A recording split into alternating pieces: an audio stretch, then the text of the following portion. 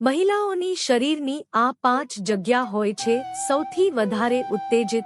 ઘણા પુરુષો તેમના પાર્ટનરને સારી રીતે ઉત્તેજિત નથી કરી શકતા. આમાં ફોર પ્લે કરવું ખૂબ જ જરૂરી છે. એને એ રીતે કરવો જોઈએ કે તમારી પાર્ટનર ઉત્તેજિત થઈ જાય.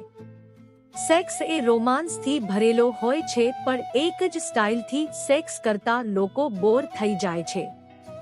તે લોકોને સેક્સ કરવાના નવા તરીકાને પણ ખબર નથી હોતી.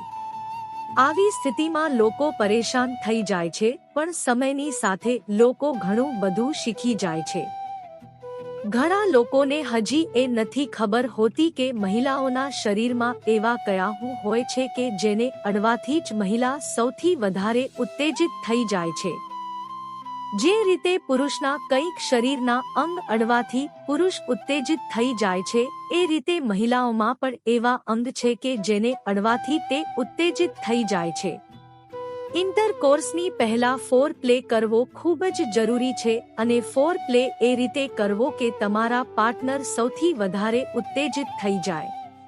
અને અત્યારે જ થશે જ્યારે તમે તમારા પાર્ટનરના તે અંગને સ્પર્શ કરશો જે અંગ સ્પર્શ કરવાથી તેને ઉત્તેજના વધે છે.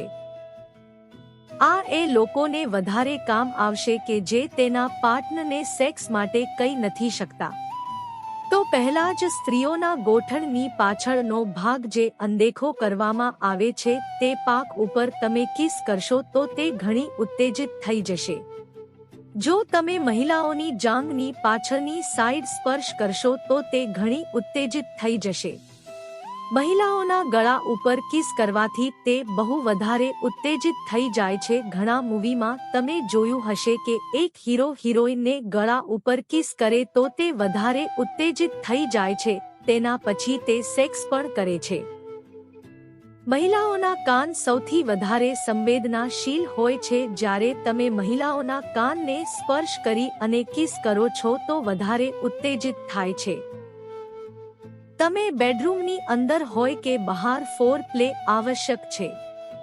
તે કરવાથી તમને પરમાં આનંદ મળે છે અને માનસિક રૂપથી મનને ઉત્તેજિત કરી શકાય છે.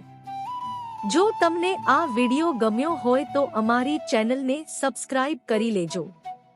ધન્યવાદ.